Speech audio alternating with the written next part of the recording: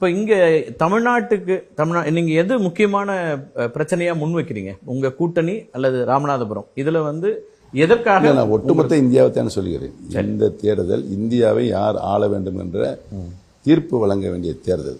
இந்த தேர்தலில் சில மாநிலங்கள் குறைபாடு இருக்கும், சில மாநிலங்கள் அதிகமாக இருக்கும். ஆக ஒட்டுமொத்தமாக இந்த முறை மீண்டும் 3ஆம் முறையாக மாண்புமிகு பாரத பிரதமராக திரு நரேந்திர மோடி தான் வருவார் என்ற அலை வீசிக் கொண்டிருக்கிறது. உறுதியாக அவர் தான் வருவார். 400க்கு மேற்பட்ட இடங்களில் அவர் உறுதியாக வெற்றி பெறுவார். எல்லாருக்கும் ஒரு முக்கியமான கேள்வி இருக்கு. நீங்க பல உயரங்களை பார்த்தவர், முதலமைச்சராக 3 முறை, ஜெயலலிதா அவர்கள் இருந்த போதும் முதலமைச்சராக இருந்தீங்க, அதுக்கு பிறகு இருந்தீங்க, கட்சியிலையும் ஒருங்கிணைப்பாளர் அப்படிங்கிற பொறுப்பு, அதுக்கு பிறகு இன்னைக்கு கட்சி எங்களுடையதுன்னு அவங்க ரெட்டல சின்னம் எல்லாம் எப்படி எங்களுடன் சொல்றாங்க? சின்னம் இல்ல பொதுக்குழு எல்லாமே தற்காலிக தீர்ப்பு வந்திருக்குது. எல்லாமே பொதுக்குழு சட்ட ரீதியான வாய்ப்புகள் இன்னும் இருக்குங்கிறீங்க? இருக்கு, முழுமையா இருக்குல்ல. எல்லா கேஸுமே இப்ப சுப்ரீம் கோர்ட்ல இங்கே அனுப்பிச்சிட்டாங்க, சிவில் சூட்ல அனுப்பிச்சிட்டாங்க ஹைகோர்ட்டுக்கு.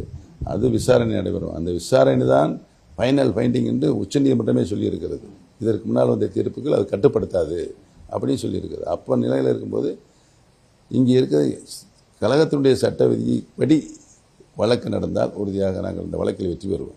இப்போ ஒரே விதமா இதை பார்க்க முடியுதா? நீங்க இருக்கிற உயரங்கள், ஒரு நேரம் உயரம் இருக்கு, ஒரு நேரம் இதா இருக்கு அப்படிங்கிற இடத்தெல்லாம் எப்படி பாக்குறீங்க? அரசியல் பயணத்துல நீங்க எல்லா நிலைகளையும் சில நேரங்களில் எல்லா தலைவருக்கும் உயரம் இருக்கிறது, உயரம் குறைந்தும் இருக்கிறார்கள்.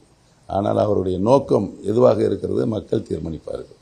மக்கள் தீர்மானத்தின்படி தான் அவர்கள் மீண்டும் உயரத்திற்கு வருகின்ற வாய்ப்பு கிடைக்கும். இப்போ நீங்க விரும்புனீங்களா அல்லது பிஜேபி விரும்புச்சா நீங்க இந்த தேர்தலில் போட்டியிடணும்னு?